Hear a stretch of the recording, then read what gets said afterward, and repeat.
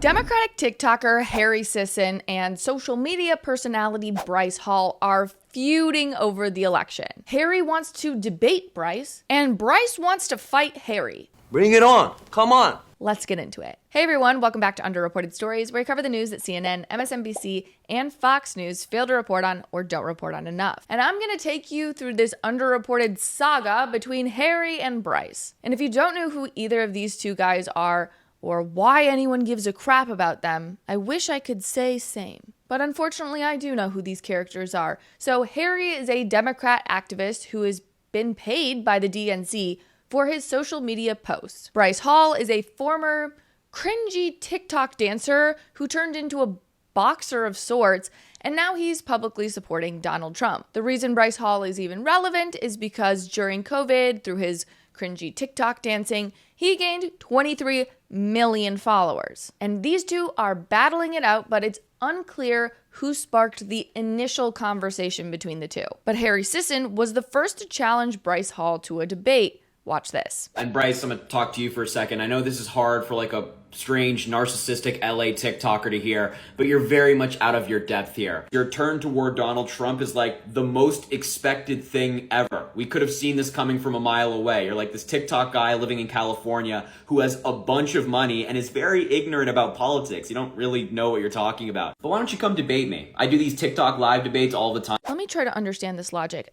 Having a lot of money and living in California is what made Bryce Hall a conservative? What logic is that? You're wrong. Having a ton of money and living in California is like the quintessential formula for being a liberal. That just shows me how out of touch Harry Sisson is. But the other part of that video that really bugged me was that Harry was essentially telling Bryce that he's less than Harry for not being in politics for a living. Just because Bryce Hall doesn't work for a political party or steep himself in politics daily doesn't mean he can't vote with his own self-interest or play a role in the political process. 99% of people voting in the upcoming election don't work in politics. Okay, I don't know if it's 99%, but you get the point. Like the overwhelming majority of Americans aren't political staffers. They're average people like Bryce Hall who get involved in politics in an election year and vote based on what presidential candidates' policies best serve them. I don't know why this is such a shocking revelation for Harry Sisson. When he does that, he just comes across as an elitist snob. And it's also demeaning because there are incredibly smart people on both sides of the aisle, and those incredibly smart people can come to two wildly different conclusions on politics. Where you align politically, I don't think is an indicator of your intelligence. Because like I said, there are very smart liberals and there are very smart conservatives. I believe where you align politically is an indicator of your priorities. But let me know if you disagree in the comments. Anyway, Bryce Hall responded to Harry Sisson's Debate Me clip, and it's so funny. Watch this. Oh man, you're such a joke. It actually pains me how much of like an embarrassment you are. I do these TikTok lives where I debate people for tips. I mean, for education. I know, totally, brother. I would love to hear you gag on Biden while a TikTok galaxy is popping up in my face talk. You say the DNC is not paying you to promote their side, but it's literally public knowledge that the DNC is paying influencers. So yeah, maybe you didn't get paid to go to the DNC because you're not relevant enough, but they are paying to spread some kind of message. But I don't know if a TikTok trend is enough to win people over. Wow, that's weird. They have over $300 million in fall ad reservations alone. I wonder what they're going to be spending that money on.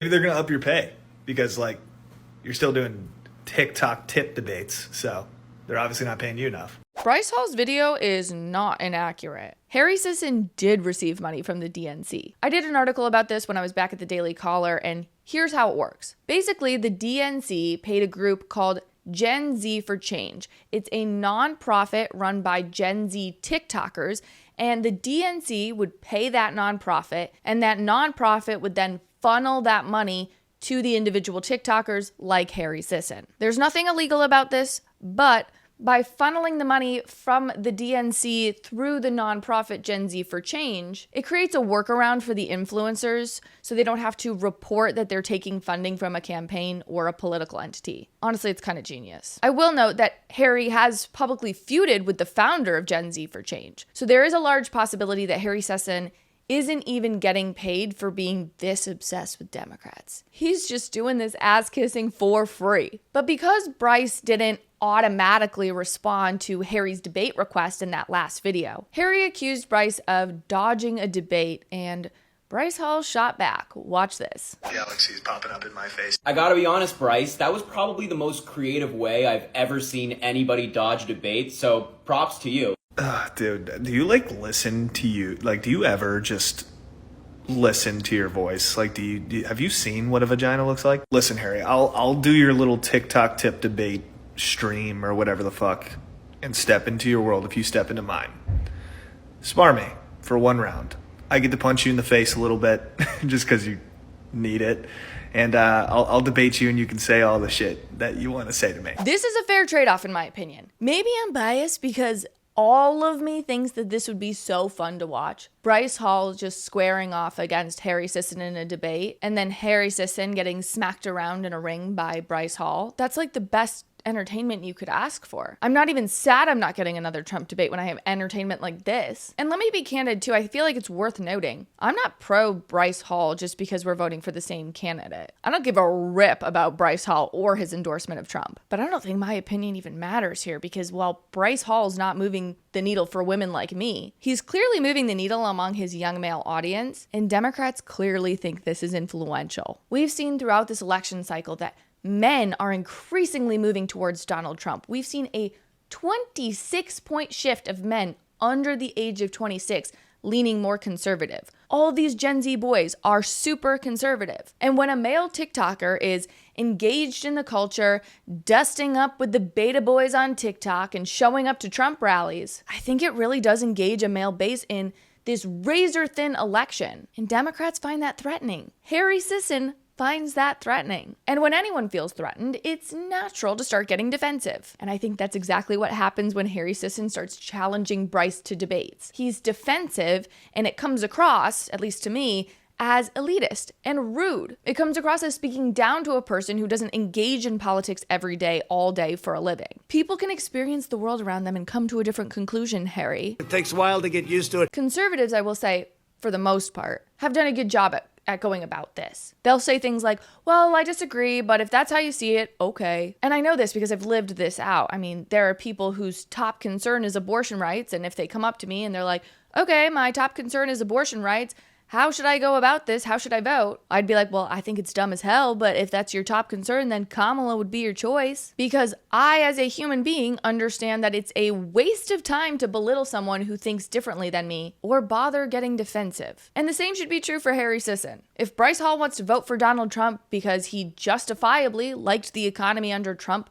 better than under Biden and Harris, Harry, here's just a tip. Don't get so damn offended over someone else's reality. And in the name of being unbiased, I guess you could make an argument that Bryce finds Harry threatening because Bryce is responding to these debate requests. But as a conservative commentator, I've got to say, Harry Sisson gets good clicks on social media because everyone on the right loathes this kid. So I have my doubts that Bryce Hall finds Harry threatening, and this video being the chief example of why. Watch this.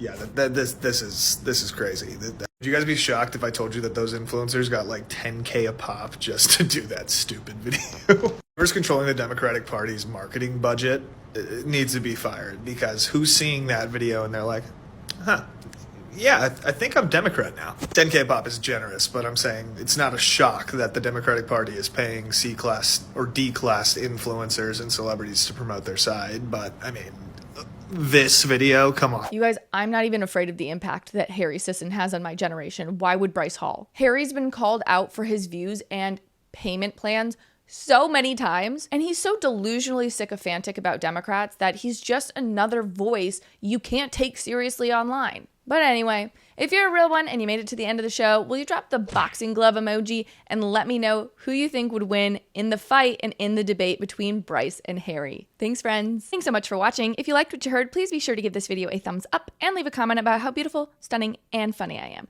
And if you want more content based in logic, be sure to click over here for more videos and clips of my show. If you have the means to financially support the show, consider purchasing from my merch line, Based Apparel, linked right below. I really appreciate it, and I'll see you back here next time. Bye, friends.